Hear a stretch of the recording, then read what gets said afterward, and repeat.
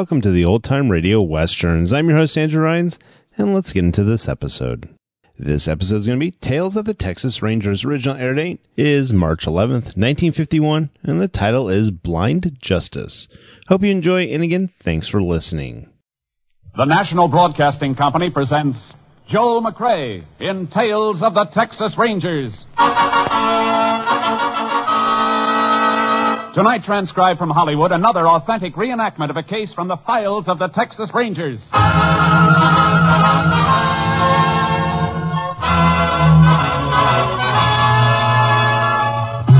Tales of the Texas Rangers, starring Joel McCrea as Ranger Jayce Pearson.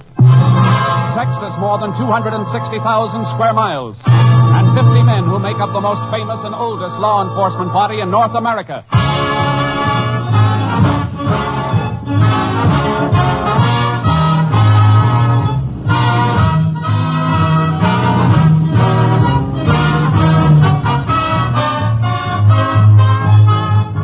From the files of the Texas Rangers come these stories based on fact. Only names, dates, and places are fictitious for obvious reasons. The events themselves are a matter of record.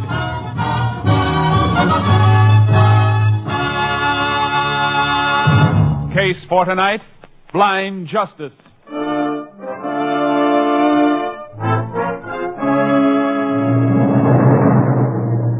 It is 5:45 a.m., March 6, 1940. Pete Salverson, owner of a roadside cafe in West Texas, is opening for business. As he sweeps up in the kitchen, he hears a sound outside the back door. Somebody out back there? That you, Charlie? Well, what's the matter, boy? Where'd you come from? Come on, feller. Come on. I ain't gonna hurt you. Atta boy. Looks like you got here too early to root for anything out of that garbage can, though. Them ribs of yours look like you could use some grub fast. Hey, now, none of that face licking. You just come on inside and I'll fix you up. Come on. Let's see, how about this? That is bone and a couple of hunks of stew meat, huh? All right, feller. There you are. Dig into that. Oh, boy, you sure are beat up and hungry. What's this contraption you got strapped on you? Pete, you open yet? Oh, howdy, Sheriff. How's the coffee situation? Well, it ain't brewed yet, but I can fix you some up in a minute. Had an early customer here. Yeah, but he hasn't got any money. I'm a cash customer. Where'd you get him? Oh, he's rooting in the garbage cans out back. What you doing up and around so early? I just come back from Huntsville. Delivered a prisoner up there yesterday. Yeah? Hey, that'd be a pretty good-looking dog if he was taken care of. Who owns him? I don't know. Never seen him before. Never did see a leash like the one he's wearing, either. Kind of funny contraption. Look at it. Hey, let's see that. What's the matter, Sheriff? Why, this ain't a leash. It's a harness. Huh? This here dog's a C&I dog. One of them dogs is trained to lead blind people? Sure is. He must have run off from his master, then. Oh, these dogs don't run off, Pete. I had a missing persons bulletin on a blind man 3 days ago. This might be his dog. Well, the guy that's missing must be around here, then, huh? Well, if he is, something must have happened to him. This dog never would have left him. Say, you got change for $1 in the register? Oh, sure thing. I'm going to hit that phone and get a ranger down here to help. Wherever that dog's master is, I got a hunch we'd better find him quick.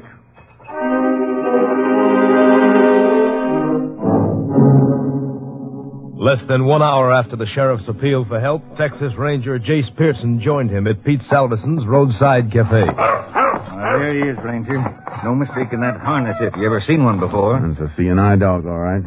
You say you found him outside this morning, Salverson? Yeah, half starved, like you can see. Been a good 3 or 4 days since he's eaten from the looks of him. Easy, boy. Come here. Nobody's going to hurt you. Oh, I'm sorry, fella. It's really sore, isn't it? He's had a bad time, Sheriff. Got a pretty hard clip on the head. Must have been knocked out. Since then, he's traveled through some rough country. H.E.G.'s got him all sliced up. Footpads are sore from walking. Yeah, but ever since Pete fed him, he's been yelling to get out of here.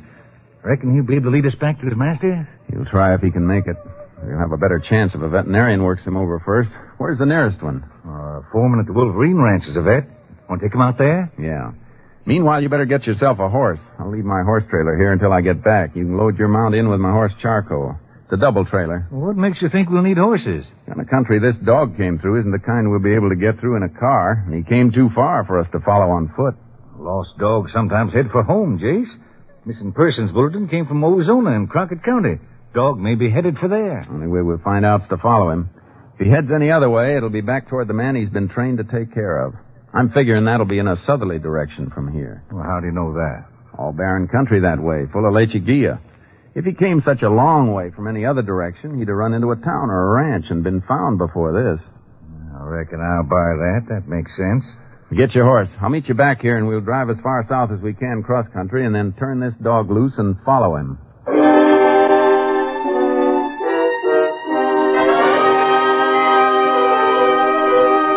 I got the dog patched up at the Wolverine Ranch, picked up the sheriff and his horse, and headed south into the Badlands. We switched from car to our horses and turned the dog loose. He circled around for a moment, got his bearings, and then, despite the soreness of his body, started into a limping run. He's heading south, all right, Jayce. Must be going to his master. Beats me why he went all the way to Peach Place, though. He had to go someplace for help. But the only thought he gave to himself was just stopping long enough to be fed before he headed back here. How far do you reckon we'll have to go? Well, we came 14 miles by car before the dirt road petered out. He came a lot farther than that. Might have taken him a couple of days. Well, we'll have to stop him at night. If he keeps going that long, and time off. We better make sure we can catch him before dark so he don't get away from us altogether. Chances are he'll wait for us. After all, we're the help he came after. If he doesn't, we'll be able to follow him anyhow. In the dark? Yeah. I treated his collar with some phosphorus paint. Hey, whatever made you think of that? Trick my father taught me a long time ago. He had an old hound dog, great hunter. Got a throat injury and couldn't sound off. Glowing collar made up for it. Well, like they say, we live and learn. Hey, look. Look where the dog's cutting, up in the foothills. Yeah. That's Ambush Canyon that way, isn't it? Sure is. Say, no wonder that dog's so beat up. I wouldn't tackle this country in an army tank if I didn't have to. I wonder if that blind fella'll be alive when we find him. I don't think so, Sheriff. If he was alive, I don't think the dog would ever have left him. Come on, Sharky.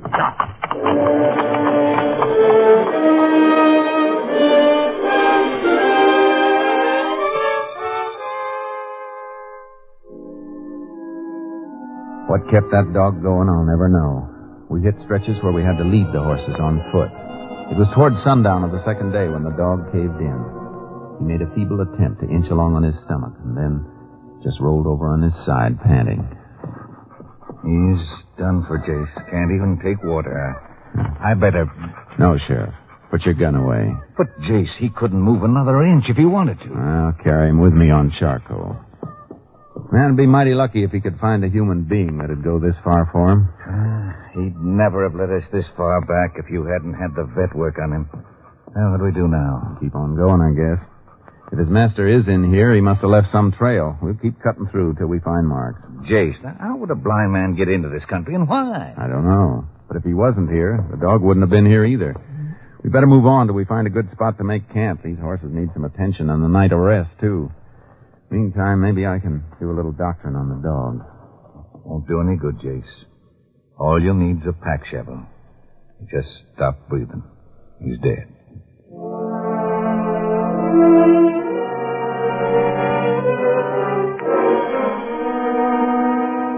The next morning, we started trail cutting, working steadily to the south, toward the international border, the Rio Grande. Well, the country's getting a mite better now, Jayce, but we're only about a half a mile from the river. If anybody else had been in here recently, we'd have seen some sign of a trail.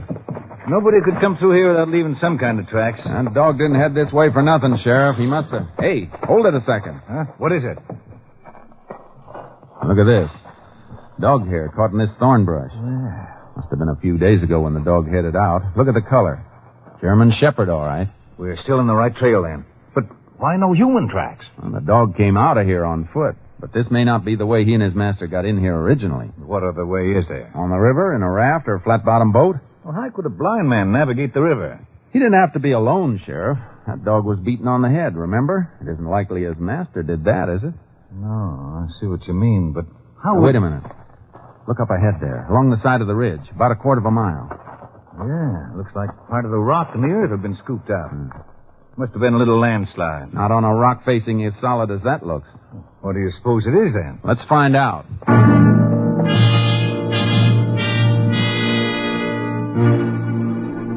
It took us more than an hour to reach the base of the ridge and find the answer. It wasn't a landslide. There were a couple of dynamite caps on the ground. The fresh earth had been blown out. 2 men, all right, Jayce. Signs of tracks held tight in this fresh earth. Dog tracks go right along with the one set. That was the blind man. Yeah, another mark running in with those tracks, though. Little round hole in the ground every few steps. The blind man must have had a cane, too. Move around the wide circle and cut back to this spot and... Oh, wait, Jayce. What's that thing over there by the brush? Long white piece or something. A white cane. Come on. The head of it's stained, Jayce. Looks like blood. It is. The dog must have been clubbed with that. Bloodstains didn't come from the dog, Sheriff. The lump he had on his head didn't bleed. Let's beat through this brush. Blood trail on the ground through here, Jayce. Yeah. That patch just ahead seems to be pressed down in one spot. Let's make for it. A man's body, all right. Face down. Better roll him over and see if it's a blind man. It's him, all right. You can tell by his right hand. Callous ridge there from holding onto that dog harness.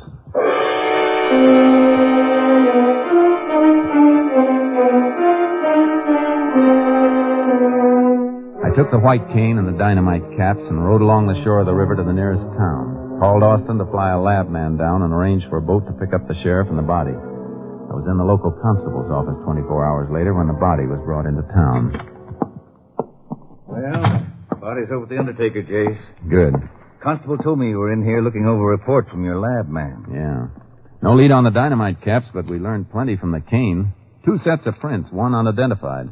Must have been the blind man's. Now, what about the other set? Man who left the other set had a criminal record. Name was James Waterman. Got out of Huntsville 6 years ago. Waterman? Say, I remember that name. You ought to remember it. He pulled 10 years for armed robbery. $40,000 payroll stick-up back in 24. Money never was recovered. I wonder why he killed that blind man. And why was he blasting in the face of that rock ridge? Something we'll ask him when we get him. Oh, was the lab man at the funeral home when you brought the body in? Yeah, he's going over it now. Want to get some grub while you're waiting for him to finish? Yeah. You take prints off the body to compare with the ones he lifted from the cane. You'll have identification established by the time we get through. Good. Let's go. I'll be glad to eat something I haven't had to cook myself. You know, funny thing. We started off so fast after that dog turned up the other day, I never did check that missing persons bulletin for the blind man's name. His name was Joseph Wilson. Lived in a rooming house in Ozona, operated a newsstand. Landlady reported him missing when she didn't see him or the dog for 2 days. Now, there's a cafe across the street. Good.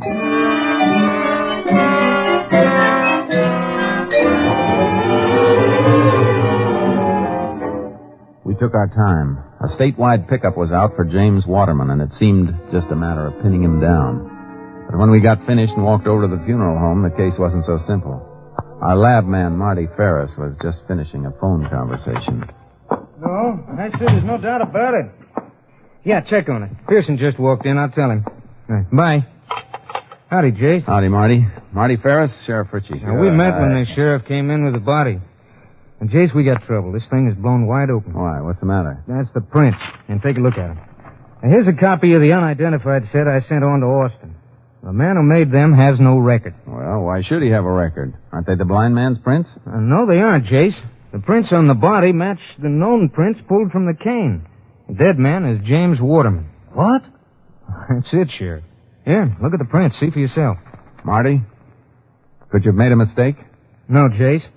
I just checked with Austin on the phone by classification number. Waterman must have been blinded sometime after he left Huntsville. He took the name of Wilson as an alias. Now all we've got's a set of unidentified prints that might match anybody in the state. Sheriff, our killer isn't going to be easy to find.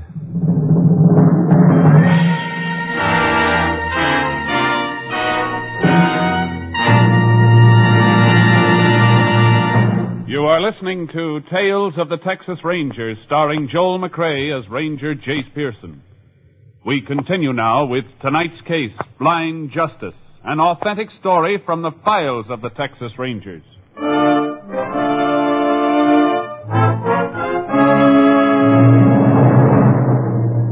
Whoever the blind man's companion had been, there had to be a starting point for their journey along the river, a place where they'd picked up a boat or a raft. The sheriff and I worked our way along the river above the town, questioning the occasional Mexicans who managed somehow to make a living where no living was to be made. And in one spot, less than a mile from the road, we found something. Can see it clearly now, Jayce. Yeah. Impression of a flat-bottomed boat on that mud flat. Had to be dragged quite a ways to the water. Not many days ago either. Ooh, boy. Mud around where the boat was is caked dry. Spot where the boat was setting still looks damp. Uh-huh. Boat must have been there without being used for quite some time. River's been way down for more than a year. A little smoke coming up from behind those trees. Must be a Mexican hut. Whoever's there might own the boat. Let's ask him. Get up, Charlie. Up, boy. Tacos cooking. Smell them? Yeah. Smell something else, too. Chicken frying. There's a place. I can see it now. Pretty high class for a river hut. Looking back, chicken coop. Kind of new, too. Coop wire, I mean. Hasn't been up very long. A woman out in front of the place. Well, she sees us. Buenos dias, señor. Oh, buenos dias, senora. Ooh, Charlie. Oh, boy. Maybe you can help us out, senora. We'd like some information about a boat that was out on that mud flat until a few days ago. I never see a boat there, senor. You never saw one there. What made that impression in the mud, then? I called my husband. He speaks better English. Daniel? Venga? Yes. What the matter? You don't let me sleep. They know something about that boat, all right, Jayce. Yeah. My husband. He come. You want something, senor? They want to know. There's a mark left by a boat down in that mud flat. When was the boat there last? And what happened to it? It was maybe a week ago. The boat disappeared in the night. One morning, she's gone. That's all I know. Who took it? We don't know. Just like that, huh? Sí, just gone. Don't try to feed us a story like that. Just a second, Sheriff. Where do you work, Danielle? What do you do for a living? Well, I do anything for whoever give me the work. But for a long time, nobody give me any. You must have saved a lot of money to be eating fried chicken and tacos. Where'd you get those chickens? I raised them, senor. Without hens and a rooster? There isn't anything in that coop old enough to sit a nest. And that coop wire is new. Well, what I mean to say, I was just starting to raise them. Where'd you get the money to buy that coop wire and the chicks? You better talk up. This is part of a murder investigation. Murder? Blind man was murdered downriver. He got there by boat. Senor, I got nothing to do with murder. I just sell the boat. Why didn't you say so before? Well, because the boat was not mine. But you sold it just the same. Say, look, I tell you the truth. The boat is there for 2 years. Ever since we come here. I never know who owns it, and then one day the men come. 2 men? Sí. One of them blind? Sí. He got a dog and a white stick. The other man with him, he said to me, I give you $50 for the boat. Well, I don't say that the boat is mine. I just let him give me $50. What'd the man look like? The one who could see? Oh, he's big, just like you, with the light hair, very wavy. Eyes blue. He said that when they come back, I can have the boat back for nothing. And he gave me more money if I don't tell nobody. I say, you give me more now, huh? But he said he don't have no more until he come back. That's the whole truth, senor, just like Daniel tell you. All right. If it isn't the truth, we'll find out. Come on, Sheriff. Let's go. Right. You two stay right around here in case we want to see you again. Oh, stay wait. We'll be here. We don't run away. Up, boy. Hey. Heading back to the town? Yeah. Marty may have some more information. And I think we just got a lead from Danielle on why Waterman and the other man went downriver. Well, if you did, you got something I missed. They promised Danielle more money when they came back. The money Waterman got in that stick-up 16 years ago never was recovered, remember? Oh, I get it. That's why they dynamited into that rock ridge. Waterman must have hidden that money until it cooled off. That's right. But before he ever got back to it, he was caught and sent to Huntsville for 10 years. Why didn't he go for it as soon as he got out 6 years ago? That's one of the things we still don't know. Maybe Marty will have the answers when we get back to town.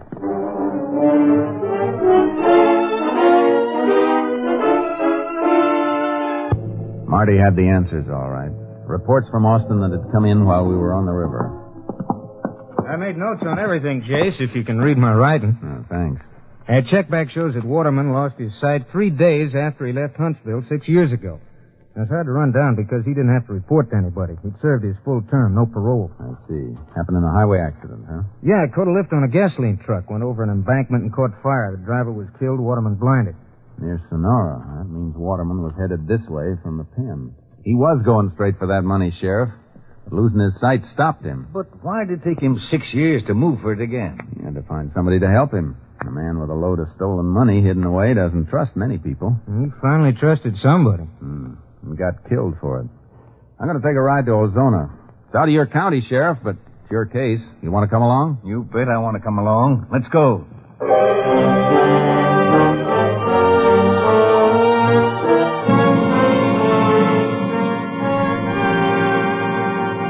In Ozona, we went to the rooming house where Waterman had lived under the name of Joseph Wilson. The landlady showed us to his room.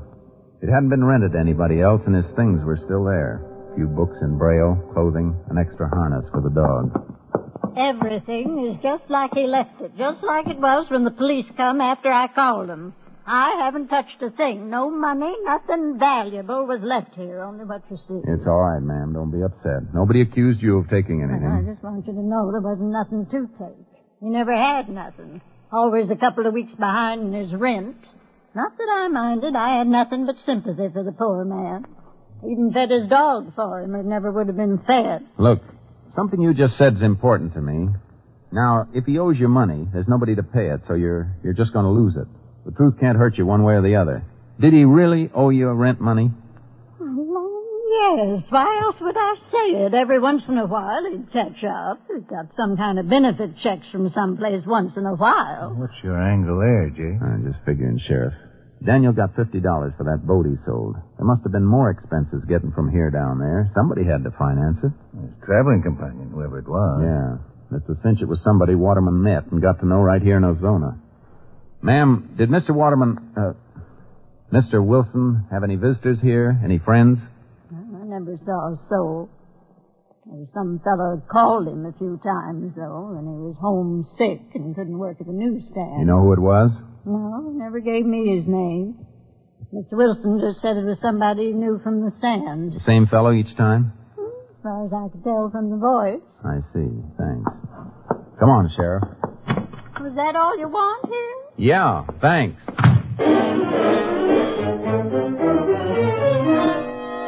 We located the place where Waterman had had his newsstand, a main intersection near a bank, a restaurant, an office building, and a medical and professional building. Somebody else was running the stand now. We staked out in my car across the street. Looking for somebody fitting the description Danielle gave us? That's right. Man who called whenever Waterman was sick might have been a regular customer. There could be quite a few customers fitting that description, Jayce. We'll tag the ones who come close. See if the newsie or anybody around has any information on him. Somebody might have noticed the man we're looking for hanging around the stand from time to time. If he knew Waterman well enough to call his rooming house, he knew him well enough to stop for a talk. You're right, of course, but this kind of waiting wears me out. It's the dullest part of the job, Sheriff, but sometimes it's the part that pays off.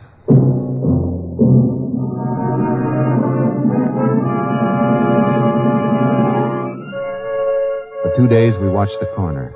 Occasionally, we followed a man who fitted the description supplied by Danielle. But each time we checked, the subject turned out to be somebody who hadn't been out of town.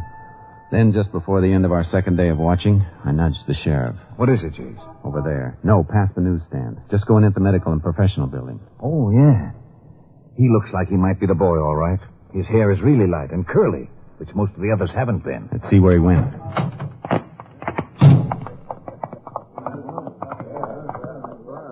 Oh, wait a minute. He's still in the lobby. There by the elevator. Let's wait until he's picked up. There's the elevator now. There it goes. He's the only passenger. Come on. Watch the floor marker. See where the elevator stops. 3rd floor, Jayce. Let's take a look at the building directory on the wall. 3rd floor, 2 doctors, a dentist, an attorney, and a chiropodist. Go up to that floor. Try them all. You want me to grab him? No. If you spot him in a waiting room, just sit down like you're waiting too. After he leaves, find out anything you can about him. I'll wait back in the car and tag him after he comes out. How do we get together again? After I find out where he lives, I'll come back and pick you up on the corner. I waited for the man with the light curly hair. He came out of the building in 20 minutes. I started my car away from the curb slowly, keeping him in sight. He turned the corner and got into a car of his own, drove to an apartment building. I noted the address and then went back and met the sheriff. I hope you didn't lose him, Jayce. I think he's the one we want. Why? What'd you get? He was in to see a doctor. Had a dressing on his arm changed. Doc said he's a regular patient who's been away on vacation. Been out of town, huh? Yeah, but that isn't all. It's what he's being treated for that ought to make you sit up. Dog bite. Dog bite? I thought that shepherd might have gotten to the killer just once before he was knocked out. Let's go visit him. I know the apartment building he lives in. You get his name from the doc? J.B. Rowland works on the local newspaper. Reporter? No, has charge of distribution and circulation. Also takes care of the morgue, back issue files. Oh, that'd put him in touch with Waterman on the circulation end. And his taking care of the back issues might fit, too. That might have told him who Waterman really was. Hey, that's right. Fishing through some old back issues, he might have read about the robbery and Waterman's conviction. Maybe seen a picture of Waterman and recognized it. That'd make him get friendly. He'd know the money was never recovered and that Waterman didn't have it on hand, or he wouldn't be running a newsstand and living like he did. You think he told Waterman what he knew and finally talked him into a deal? Or do you think maybe forced him into it? When we see him, we'll ask him.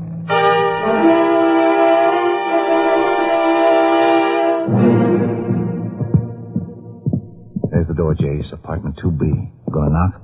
Yeah. Yeah? Who is it? Special delivery. No, I'm not dressed. You better slip it under the door. You got a sign for it. Oh? Okay. Hope you got a pencil. All right, Roland. Open it all the way. I'll open it. I'll open your skull. Watch him, Jayce. Stay away from that desk. You're not taking me. Give me that gun. My arm. Yeah. Same arm Waterman's dog chewed on, huh? I don't know what you're talking about. No. Just the same, you went right for a gun. Brand new gun at that. Like you were expecting you might have trouble. Come on, get up. Why'd you kill him? You want all the money instead of a split? Money. Money. Yeah. Where's the money? What'd you do with it? What did I do with it? I worked on him for months until he trusted me. Then we went down to the river, but we couldn't find the place. Couldn't remember all the landmarks. Couldn't see, and after 16 years, he couldn't remember. He couldn't remember. I went crazy. I planned on it so much, I went crazy, that's all. If I had the money, I could have gotten away. Without the money, I had to come back here so they wouldn't be looking for me. All right, Roland. Go get some clothes on. Looks like that 40,000 is really gone for keeps, Jayce. Yeah. Buried in a rock ridge somewhere near the Rio Grande. That's money that never bought anybody anything. I feel sorry for that dog, Jayce, breaking his heart and dying like he did. Funny thing about a dog never passes judgment. He just sticks right to the finish, whether you're good or bad, worth it or not. I'll help Roland get a jacket on. Then we can take him in.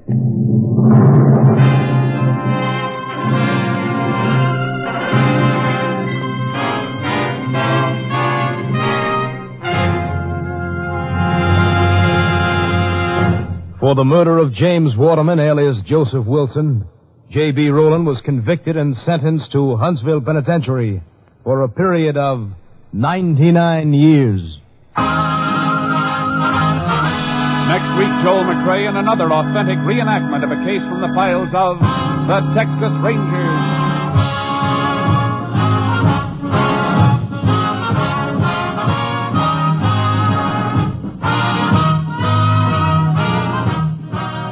Joel McCrea is currently seen starring in the Universal International Technicolor production Frenchie.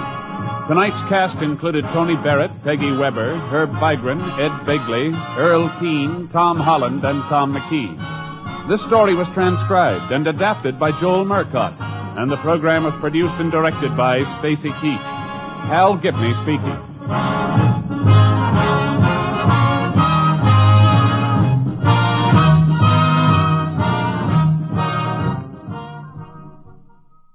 Three chimes mean good times on NBC. Tomorrow night, NBC will present Parallel 38, a dramatization of the work of the Red Cross during the current crisis, with Raymond Massey in the starring role. Brigadier General David Sarnoff will explain the needs of the Red Cross during the 1951 fund campaign. So listen tomorrow to Parallel 38, and let your heart guide your hand when you give to the Red Cross. The Telephone Hour welcomes UC Bierling tomorrow on NBC.